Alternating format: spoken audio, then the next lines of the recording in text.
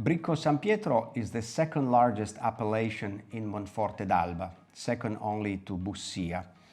And it's more than 160 hectares of planted vineyards, Nebbiolo grapes for Barolo wine. It's also a beautiful hillside, all the way from Monforte Old Village down to Monchiero. This is all Bricco San Pietro. And when I drive down that road, I cannot stop myself from turning left and looking at the beautiful arch of the Alps.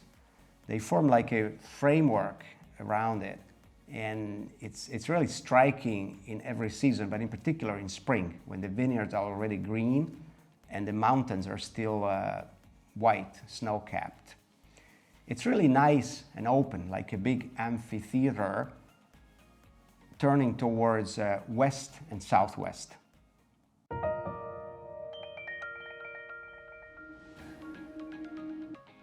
I even like the name, Bricco San Pietro. Bricco is a very ancient Celtic word that means a hilltop.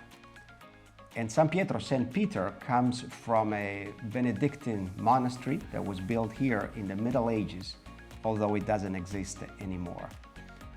So it's like a combination of pagan and Christian culture. And somehow I feel that this name has the blessing of history.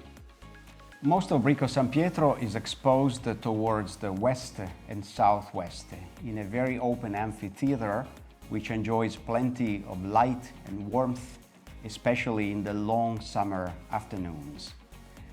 The soil is the classic Monforte soil, which means plenty of clay, and in particular a lot of active lime, about 10%, together with sand.